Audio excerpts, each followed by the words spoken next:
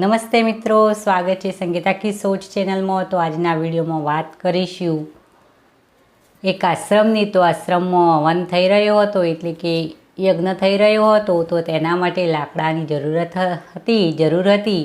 તો ગુરુએ શિષ્યોને આજ્ઞા કરી કે જંગલમાં જઈ અને આંબાના વૃક્ષના લાકડા વીણી લાવો। તો શિષ્યો ગુરુનું વેણ માથે ચડાવી અને જંગલમાં લાકડા વીણવા ગયા।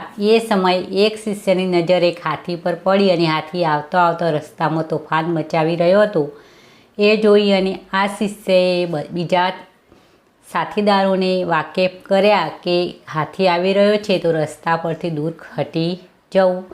તો દરેક શિષ્યો દૂર હટી ગયા, પણ એક શિષ્ય બસ તે રસ્તામાં લાકડા વીણતો રહ્યો અને આ શિષ્યને બીજા સાથીદારો કહેતા રહ્યા કે તું દૂર હટી જા, પણ આ હટ્યો નહીં અને હાથી આવ્યો અને રસ્તામાં હાથીએ પોતાની સૂંઢથી આ શિષ્યને ઊંચકી અને થોડો દૂર ફેંકી દીધો। તો આ શિષ્ય બેભાન થઈ ગયો અને આ શિષ્યને બીજા સાથીદારો આશ્રમમાં લઈ ગયા અને થોડી વાર બેભાન રહ્યા પછી એ જ્યારે ભાનમાં આવ્યો, એ સમયે બીજા સાથીદારોએ કહ્યું કે આ ભાઈને અમે હટવાનું કહી રહ્યા હતા, છતાં પણ અમારી વાત માની નહીં અને હાથીએ એને સૂંઢમાં ઉલાળી અને ફેંકી દીધો। તો ગુરુએ કહ્યું કે આ લોકો તને કહી રહ્યા હતા, છતાં પણ તે વાત કેમ ન માની? તો આ શિષ્યએ જવાબ આપ્યો કે ગુરુજી, તમે જ કહ્યું હતું કે દરેક જીવમાં ભગવાન રહેલા હોય છે। તો મને એમ લાગ્યું કે આ હાથી છે, ભલે એ ગાંડો હોય પણ એનામાં ભગવાન છે, તો એ મને કોઈ પણ જાતનું નુકસાન પહોંચાડવાનો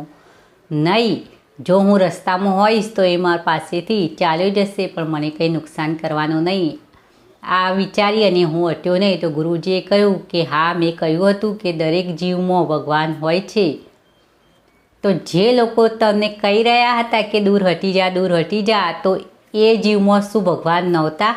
તો તે એ લોકોની વાત માની હોત તો તારી આ હાલત થાત નહીં।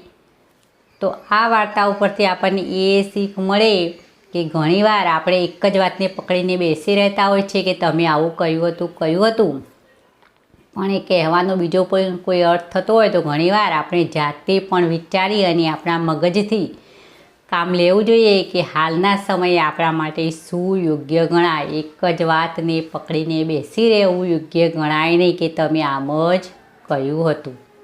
તો મિત્રો, વિડીયો પસંદ આવે તો એક લાઈક અવશ્ય કરવું, બીજાની સાથે શેર પણ કરો અને આવી અવનવી મોટિવેશન વાર્તા સાંભળવા મારી આ ચેનલ સંગીતા કી સોચને જરૂરથી સબસ્ક્રાઈબ કરી ફરી મળીશું નવા કોઈ વિડીયોમાં નવી વાર્તા સાથે।